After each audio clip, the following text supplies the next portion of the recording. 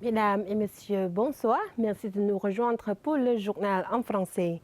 Voici les titres de ce journal. Samdech Mohasena Padedecho Hun Sen, président du Sénat du Cambodge, a accordé une audience à son Excellence Jacques Pelé, ambassadeur sortant de la France, auprès du Cambodge pour lui rendre visite et prendre congé. Lors de sa visite d'adieu au président du Sénat, Samdech Mohasena Padedecho Hun Sen au palais du Sénat à Phnom Penh, son Excellence Jacques Pelé, ambassadeur sortant de la France au Cambodge, a réaffirmé le plan soutien de la France au Cambodge, pays auteur du 20e sommet de la francophonie, et a confirmé que le président français Emmanuel Macron avait fait de sa visite une priorité pour coïncider avec cet événement. L'ambassadeur a réitéré l'engagement continu de la France à approfondir la coopération bilatérale dans un large éventail de secteurs, notamment la médecine, le droit, l'économie, le commerce, l'éducation, la défense, l'eau potable et la préservation du patrimoine, ainsi que dans le cadre de la francophonie. Il s'est également dit optimiste quant au développement de la coopération, affirmant le potentiel important de renforcement des liens entre les deux nations. De son côté, Samdech Hun Sen a exprimé son appréciation à l'amitié et à la coopération de longue date entre le Cambodge et la France. Il a rappelé sa précédente visite officielle en France pendant son mandat de Premier ministre et s'est félicité du renforcement continu des relations bilatérales. Il a salué la continuité prochaine du sommet de la francophonie qui marque son retour dans la région Asie-Pacifique pour la première fois en 29 ans depuis sa dernière édition au Vietnam en 1987. Il a salué la tenue prochaine du sommet de la francophonie qui marque son retour dans la région Asie-Pacifique pour la première fois en 29 ans depuis sa dernière édition au Vietnam en 1997. Il a insisté sur l'importance pour la promotion et la préservation de la langue française. Concernant la coopération bilatérale, le président du Sénat a proposé de renforcer la collaboration dans les domaines favorisant la promotion de la langue française, notamment dans les domaines de la santé, du droit et de l'enseignement du français. Sur la question de tensions frontalières avec la Thaïlande, Samdech Hun Sen a affirmé l'ambassadeur de la position du Cambodge, réaffirmant son engagement à résoudre le problème pacifiquement par le biais de mécanismes bilatéraux et de la Cour internationale de justice. Il a aussi sollicité l'aide de la France pour la fourniture de documents historiques relatifs à la frontière entre le Cambodge et le Siam qui pourraient être utiles à la résolution du conflit frontalier en cours. Le Cambodge lance le cadre stratégique pour le programme de réforme juridique. Le gouvernement royal du Cambodge a officiellement lancé le 10 juillet 2025 au Palais de la Paix à Phnom Penh le cadre stratégique pour le programme de réforme juridique visant à établir un système juridique intégré et une culture durable de l'état de droit. La cérémonie de lancement a été présidée par Samdech Mahabobor Theppaday Hun Manet, Premier ministre du Royaume du Cambodge. Dans son discours, Samdech Theppaday Hun Manet a souligné que le cadre stratégique pour le programme de réforme juridique du gouvernement royal constituait l'une des priorités clés du gouvernement royal de la 7e législature de l'Assemblée nationale pour promouvoir le principe de l'état de droit. La réforme juridique demeure une priorité essentielle du gouvernement royal afin de promouvoir des progrès continus et d'assurer le développement durable du Cambodge conformément aux normes juridiques internationales, a-t-il précisé. Son Excellence Wongsa Visot, vice-premier ministre permanent et ministre du Conseil des ministres, a dit que le principe de l'état de droit exigeait un système juridique clair, précis, adapté au contexte social et historique du Cambodge et reflétant les meilleures pratiques internationales. Il a affirmé que ce principe continuait de guider la gouvernance de l'État, la construction nationale et le développement socio-économique. Il a rappelé qu'à la suite des accords de paix de Paris de 1991, le Cambodge a adopté la monarchie constitutionnelle et l'état de droit en 1993 comme piliers fondamentaux, parallèlement à une démocratie libérale multipartite et à une économie de marché. Ces éléments ont promu une société caractérisée par une paix durable, la liberté individuelle, la justice, l'équité, la prospérité et l'égalité des chances pour tous. En tant que président du comité directeur de la réforme juridique, Son Excellence Vong Sai Visot a noté qu'au cours des 2 dernières décennies, la réforme juridique avait réalisé des progrès significatifs établissant des bases solides pour la gouvernance de l'État. Ces efforts ont contribué à la paix, à l'ordre public et au développement socio-économique, ainsi qu'à l'intégration du Cambodge dans les cadres régionaux et internationaux.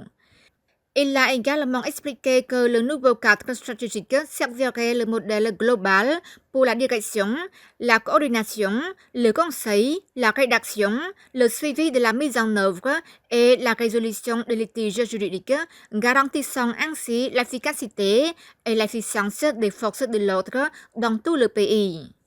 À la fin de la 6e législature de l'Assemblée nationale, le Cambodge avait promulgué un total de 632 lois dans divers secteurs. Son Excellence Vong Sai Visot a ajouté que la 7e législature restait déterminée à promouvoir et à renforcer l'efficacité législative, l'une des 5 priorités fondamentales du programme de réforme et de renforcement de la gouvernance du gouvernement royal. Vinci Airport souhaite étendre ses investissements dans des secteurs clés au Cambodge. Vinci Airport, entreprise française qui investit dans le secteur aéroportuaire cambodgien depuis plus de 30 ans, a exprimé son intérêt pour d'autres secteurs clés, notamment les énergies propres et l'eau. Cette intention a été partagée par Nicolas Notebaea, directeur général de Vinci Concessions, président de Vinci Airport et président du conseil d'administration de SCA, Société concessionnaire des aéroports, au cours de sa visite de courtoisie au Premier ministre Somdak Maha Bowor Thappaday Hun Manet le matin du 10 juillet 2025 au Palais de la Paix à Phnom Penh. Monsieur Notebaea a affirmé l'engagement de sa société à poursuivre sa contribution au développement socio-économique du Cambodge, la qualifiant de partenariat gagnant-gagnant entre le gouvernement royal et le secteur privé. Il a également souligné la forte croissance du trafic aérien au Cambodge, notant que le nombre de passagers aériens a été multiplié par 40 environ par rapport à il y a 30 ans. Par ailleurs, M. Notebaea a informé le Premier ministre du préparatif de l'entreprise en vue du lancement de ses activités à l'aéroport international du Daicho, dont l'ouverture est prévue prochainement. De son côté, Somdak Thappaday Hun Manet a salué le succès des opérations de Vinci Airport au Cambodge. Le chef du gouvernement royal a mis l'accent sur les politiques et stratégies clés du gouvernement royal pour attirer les investissements directs étrangers, notamment en proposant divers encouragements aux investisseurs. Concernant le secteur aérien, il a réaffirmé la politique de ciel ouvert du Cambodge qui félicite les connexions internationales. Il a indiqué que le Cambodge proposait désormais des vols directs vers de nombreux pays et s'efforçait d'étendre son réseau de vols internationaux pour répondre à l'augmentation du nombre de touristes nationaux et internationaux. Pour soutenir les projets de diversification des investissements de Vinci, Somdak Thappaday a encouragé l'entreprise a renforcé sa communication avec les ministères et institutions cambodgiennes concernées. Il a en outre réaffirmé le soutien sans réserve du gouvernement royal à la réussite compte tenu des investissements de Vinci au Cambodge. Le ministre cambodgien du Travail et de la formation professionnelle et Agir pour le Cambodge ont conclu un accord visant à offrir une formation gratuite en hôtellerie aux jeunes cambodgiens défavorisés dans le cadre du projet École hôtelière, École de restauration et formation professionnelle en hôtellerie. L'accord a été signé le 9 juillet au ministère par son Excellence Heng Suo, ministre du Travail et de la formation professionnelle, et M. Jérôme Luo, directeur d'Agir pour le Cambodge au Cambodge. Son Excellence Heng Suo a à cette occasion salué cette initiative affirmant qu'elle constituait une étape importante vers le développement et l'amélioration de la qualité de l'enseignement technique et professionnel dans le secteur hôtelier cambodgien. Il a souligné que cet accord reflétait une solide collaboration entre les deux parties en matière de partage de connaissances et d'expériences dans le domaine de l'hôtellerie. J'espère que cet accord contribuera à renforcer les capacités des formateurs et instructeurs du secteur de l'hôtellerie et de la restauration afin de mieux répondre aux exigences du marché du travail actuel, a ajouté le ministre.